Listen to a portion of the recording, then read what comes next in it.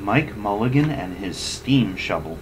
Story and pictures by Virginia Lee Burton. Mike Mulligan had a steam shovel, a beautiful red steam shovel. Her name was Mary Ann. Mike Mulligan was very proud of Mary Ann. He always said that she could dig as much in a day as 100 men could dig in a week, but he had never been quite sure that this was true. Mike Mulligan and Mary Ann had been digging together for years and years. Mike Mulligan took such good care of Mary Ann, she never grew old. It was Mike Mulligan and Mary Ann and some others who dug the great canals for the big boats to sail through. It was Mike Mulligan and Mary Ann and some others who cut through the high mountains so that trains could go through.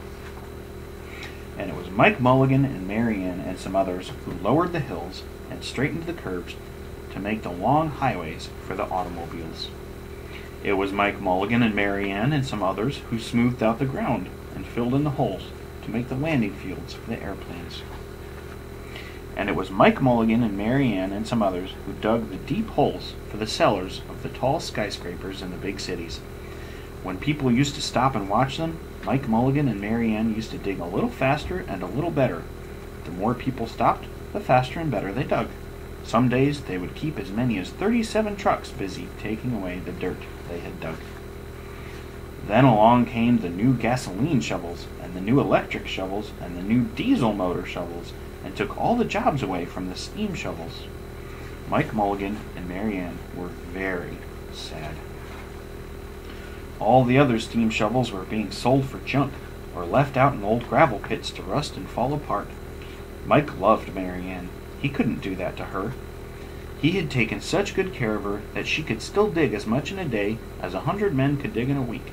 At least, he thought she could, but he wasn't quite sure.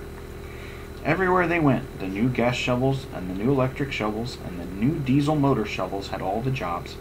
No one wanted Mike Mulligan and Mary Ann anymore. Then one day, Mike read in a newspaper that the town of Popperville was going to build a new town hall. "We're going to dig the cellar of that town hall," said Mike to Mary Ann, and off they started. They left the canals and the railroads and the highways and the airports and the big cities where no one wanted them anymore and went away out in the country. They crawled along slowly, up the hills and down the hills, till they came to the little town of Popperville. When they got there, they found that the selectmen were just deciding who should dig the cellar for the new town hall. Mike Mulligan spoke to Henry B. Swap, one of the selectmen. "I heard," he said, "that you're going to build a new town hall. Mary Ann and I will dig the cellar for you in just one day." "What?" said Henry B. Swap. "Dig a cellar in a day? It would take 100 men at least a week to dig the cellar for our town hall." "Sure," said Mike, "but Mary Ann can dig as much in a day as 100 men can dig in a week," though he had never been quite sure that this was true. Then he added, "If we can't do it, you won't have to pay." Henry B. Swap thought this would be an easy way to get part of the cellar dug for nothing, so he smiled in rather a mean way and gave the job of digging the cellar of the new town hall to Mike Mulligan and Mary Ann. They started in early the next morning, just as the sun was coming up. Soon a little boy came along. "Do you think you'll finish by sundown?" he said to Mike Mulligan. "Sure," said Mike. "If you stay and watch us, we always work faster and better when someone's watching us." So the little boy stayed to watch. Then Mrs. McGillicuddy, Henry B. Swap, and the town constable came over to see what was happening, and they stayed to watch. Mike Mulligan and Mary Ann dug a little faster and a little better. This gave the little boy an idea. He ran off and told the postman with the morning mail, the telegraph boy on his bicycle, the milkman with his cart and horse, the doctor on his way home, and the farmer and his family coming into town for the day, and they all stopped and stayed to watch. That made Mike Mulligan and Mary Ann dig a little faster and a little better. They finished the first corner neat and square, but the sun was getting higher. Clang, clang, clang! The fire department arrived. They had seen the smoke and thought there was a fire. Then the little boy said, "Why don't you stay and watch?" So the fire department of Popperville stayed to watch Mike Mulligan and Mary Ann. When they heard the fire engine, the children in the school across the street couldn't keep their eyes on their lessons. The teacher called a long recess, and the whole school came out to watch. That made Mike Mulligan and Mary Ann dig still faster and still better. They finished the second corner neat and square, but the sun was right up in the top of the sky.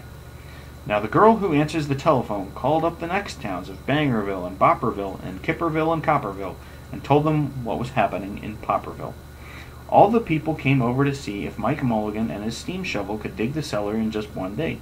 The more people came, the faster Mike Mulligan and Mary Ann dug, but they would have to hurry. They were only halfway through and the sun was beginning to go down. They finished the third corner, neat and square. Never had Mike Mulligan and Mary Ann had so many people to watch them. Never had they dug so fast and so well, and never had the sun seemed to go down so fast. "Hurry, Mike Mulligan, hurry, hurry!" shouted the little boy. "There's not much time." Dirt was everywhere, and the smoke and steam were so thick that the people could hardly see anything. But listen! Bang, bang, crash, slam! Louder and louder, faster and faster. Then suddenly it was quiet. Slowly the dirt settled down. The smoke and steam cleared away, and there was the cellar, all finished. 4 corners, neat and square. 4 walls, straight down, and Mike Mulligan and Mary Ann at the bottom, and the sun was just going down behind the hill. "Hooray!" shouted the people. "Hooray for Mike Mulligan and his steam shovel! They have dug the cellar in just one day!"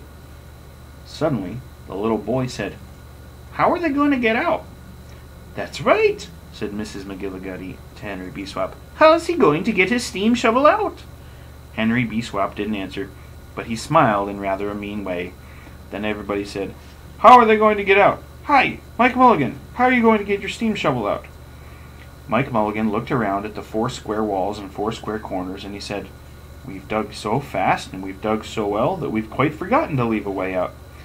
Nothing like this had ever happened to Mike Mulligan and Mary Ann before, and they didn't know what to do. Nothing like this had ever happened before in Popperville. Everybody started talking at once, and everybody had a different idea, and everybody thought his idea was the best. They talked and they talked and they argued and they fought till they were worn out, but still no one knew how to get Mike Mulligan and Mary Ann out of the cellar they had dug. Then Henry B. Swap said, "The job isn't finished because Mary Ann isn't out of the cellar, so Mike Mulligan won't get paid." And he smiled again in a rather mean way. Now the little boy, who had been keeping very quiet, had another good idea. He said, "Why couldn't we leave Mary Ann in the cellar and build the new town hall over her? Let her be the furnace for the new town hall, and let Mike Mulligan be the janitor. Then you wouldn't have to buy a new furnace, and we could pay Mike Mulligan for digging the cellar in just one day." "Why not?" said Henry B. Swap, and smiled in a way that was not quite so mean. "Why not?" said Mrs. McGillicuddy. "Why not?" said the town constable. "Why not?" said all the other people. So they found a ladder and climbed down into the cellar to ask Mike Mulligan and Mary Ann. "Why not?" said Mike Mulligan. So it was decided, and everybody was happy. They built the new town hall right over Mike Mulligan and Mary Ann. It was finished before winter. Every day the little boy goes over to see Mike Mulligan and Mary Ann, and Mrs. McGillicuddy takes him nice hot apple pies.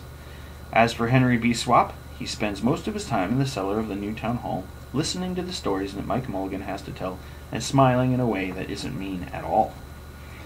Now when you go to Popperville, be sure to go down in the cellar of the new town hall. There they'll be, Mike Mulligan and Mary Ann, Mike in his rocking chair smoking his pipe, and Mary Ann beside him, warming up the meetings in the new town hall. The end.